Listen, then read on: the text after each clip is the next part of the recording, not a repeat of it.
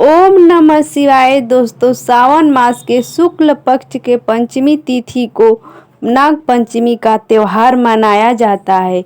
इस दिन जो व्यक्ति नाग देवता के पूजा के साथ भगवान भोलेनाथ का पूजा और रुद्राभिषेक करता है, उसके जीवन के से सारे कष्ट दूर हो जाते हैं।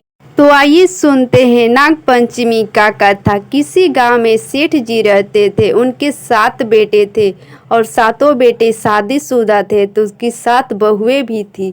7 बहुओं में से जो छोटी थी वो एकदम छोटी बहू सुंदर, सुशील और संस्कारी थी। सातों बहुएं एक साथ मिलकर घर का काम किया करती थी।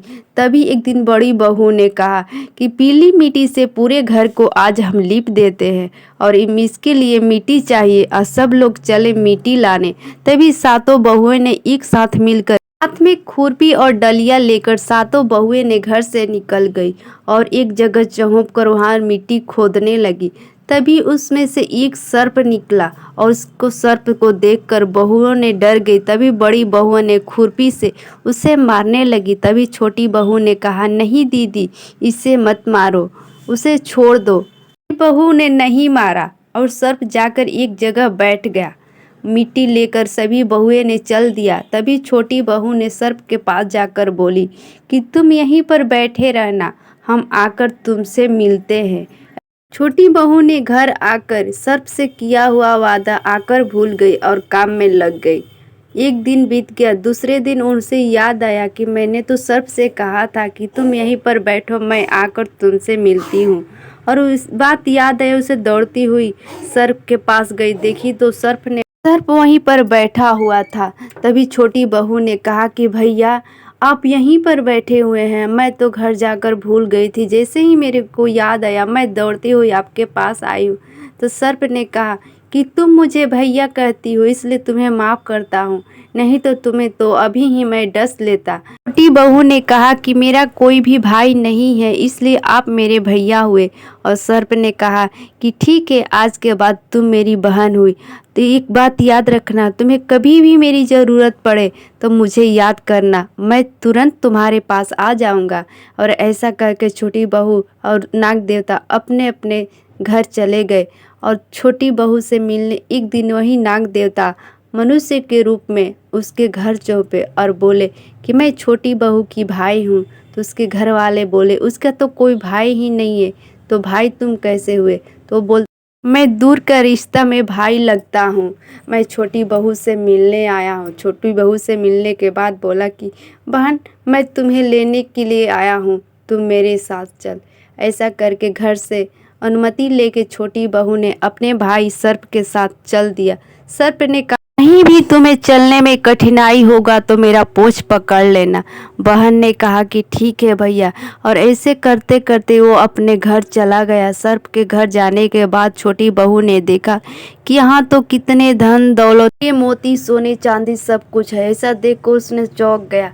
तभी एक दिन उसकी सर्प की माँ ने कहा कि मैं घर से बाहर जा रही हूँ और घर में सर्प है तुम्हारा भाई, उसको दूध पिला देना। हाँ, और एक बात ध्यान रखना, उसे गर्म दूध मत देना। और ऐसा करके सर्प की माँ घर से बाहर चली गई।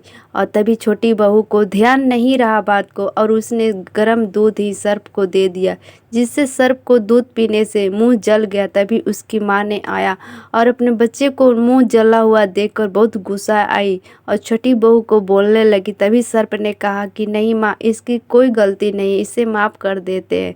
और कुछ दिन के बाद सर्प ने कहा, कितने दिन हो गए? तभी सर्प के माता पिता ने छोटी बहू के लिए बहुत सारे धन दौलत, गहने, सोना चांदी देकर उसे विदा कर दिया।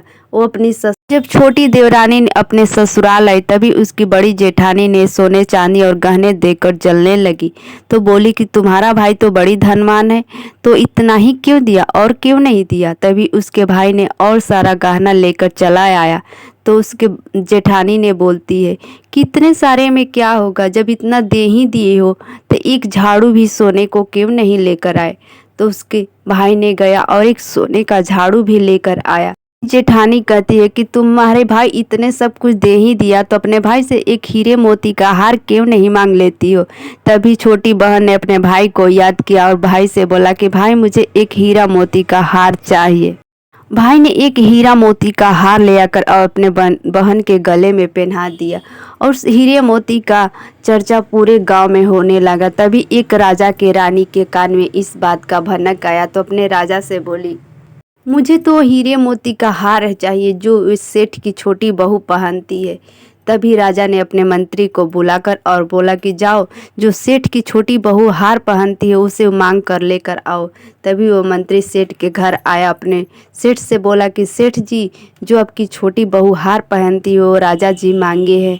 तो ये सेठ डर गया, अब अपनी बहू से हार मांग कर दे दिया और हार लेकर चला गया। वहाँ जाकर रानी ने पहन लिया हार।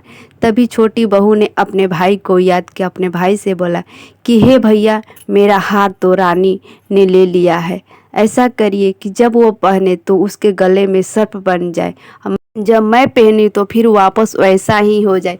भाई ने कहा कि ठीक है बहन, वैसा ही होगा। रानी ने जब उस हार को पहना तो गले में उसके सर्प बन गया। ये देखकर डर गई और चिल्लाने लगी। तभी राजा ने यह देखकर और अपने मंत्री से खबर भिजवाया कि जाकर सेठ की छोटी बहू को बुला कर लाओ। सेठ के बहू को बुलाने के लिए जब वो मंत्री आया तो सेठ बहुत डर गया था और अपने छोटी बहू के साथ वो भी साथ में चला गया। जब राजा के पास छोटी बहू तो वो बोला राजा कि ये तुम कौन सा जादू मंत्र कर रखी हो, जब वो रानी तुम्हारा हार पहनती है तो नाग बन जाता है। तो छोटी बहू ने कहा कि राजन, मुझे माफ़ कर दीजिए, मैं ऐसा कुछ भी नहीं किए हैं। तभी वो हार उस छोटी बहू को दिया जाता है। जब छोटी बहू हार को पहनती है तो सेम वैसा ही हो जाता है जैसे कि वो पहले से था। ये देखकर राजा चौंक जाता है और कहता है कि ठीक है, और उसके बहुत सारे पैसे देकर सेठ और उसकी छोटी बहू को वहाँ से विदा कर देता है। सब देखकर बड़ी बहू को जलन होने लगता है और अपने देवर से कहती है कि तुम्हारी बीवी का चाल रहन कुछ सही नहीं लगता है, देखो ये इतने पैसे कौड़ी कहाँ से लेके आती है। तभी उसके पति जाकर उससे पूछती, छोटी बहू कहती है कि देखिए, मैंने कुछ गलत काम नहीं किया है, ये जितने भी धन दौलत और मेरे गले में जो हार है मेरा भाई ने दिया है। और तभी अपने भाई को याद करती है। तभी वो सर्प आता है और बोलता है, मेरी बहन के चरित्र पर आप उंगली मत उठाइए, नहीं तो अभी हम आपको डस देंगे। और ऐसा सुनकर उसके पति डर जाता है और कहता है कि मुझे माफ़ कर दो। इसके बाद से उसी दिन से नाग पंचमी का त्यौहार मनाने लगा और सभी औरतें नाग भगवान के पूजा करती है अपने भाई के रूप में। अगर कहानी अच्छी लगी तो लाइक, शेयर और सब्सक्राइब ज़रूर करें।